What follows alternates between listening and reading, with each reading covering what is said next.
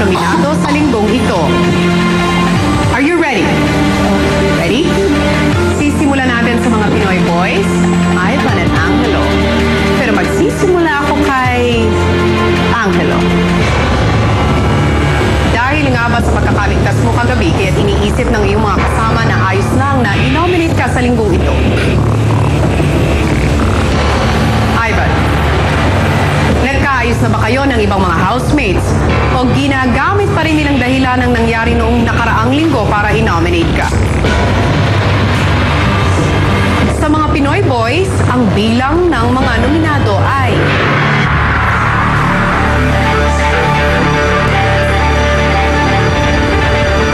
wala. Angelo and Ivan, you are both safe this week. Whew. Nangangahulugan, nasa mga kabataang Pinay ang dalawang nominadong Filipinos this week. Pero sino nga kaya silang dalawa? Ikaw kaya yon, Devon? Dahil nga ba naging emotional ka sa paglabas ng iyong mga kasama kagabi, kaya gusto ng ibang housemates na sumama ka na lang sa kanila sa outside world? Fritzy, dahil nga ba sa iyong pagiging tahimik kaya't inaakala ng iyong mga kasama na meron kang boring and uninteresting personality? Trisha, hanggang ngayon ba'y hindi ka pa rin maintindihan ng iyong mga kasama at hindi pa rin nila alam ang kahulugan ng iyong mga ginagawa?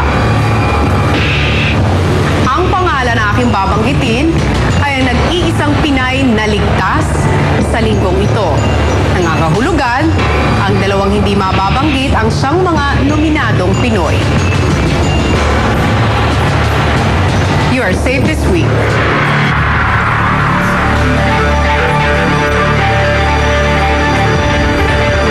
Fritzy, Devon, and Trisha, you are both nominated.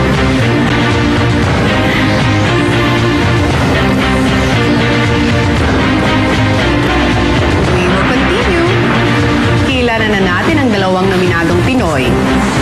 Alamin naman natin ang mga international nominees. Pero una kong kakausapin ang Global Girls. And hindi ka nga ba lubusan pang nakikilala ng iyong mga kasama? O di lang nila naiintindihan ang misteryoso mong personality? Jenny, protective ka nga ba sa iyong mga kaibigan? Hindi nga ba maintindihan ng ibang housemates ang pagpapahalaga mo sa iba? Ang bilang ng mga nominado mula sa mga international girls ay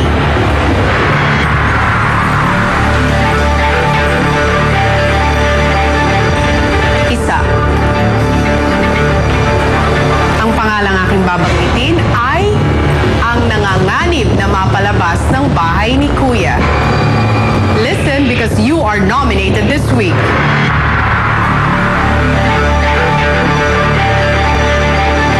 Jenny Anderson.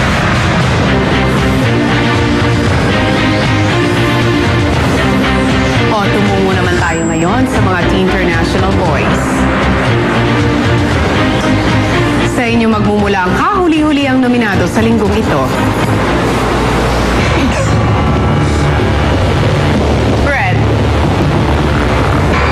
Emotional, or don't the housemates understand your passion for work and friends? James, are you sending mixed signals to some of your housemates? That's why they nominated you tonight. And Ryan, do the other housemates misinterpret some of your comments as complaints and not as jokes? Ang pangalan ng unang ligtas sa inyong tatlo. You are safe this week.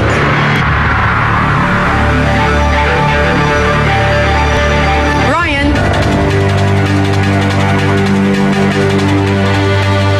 Brett and James. This only means that only one of you is safe and one of you is in danger of being evicted from the Big Brother house this week.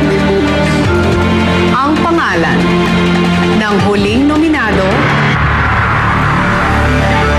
ay pagbabalik.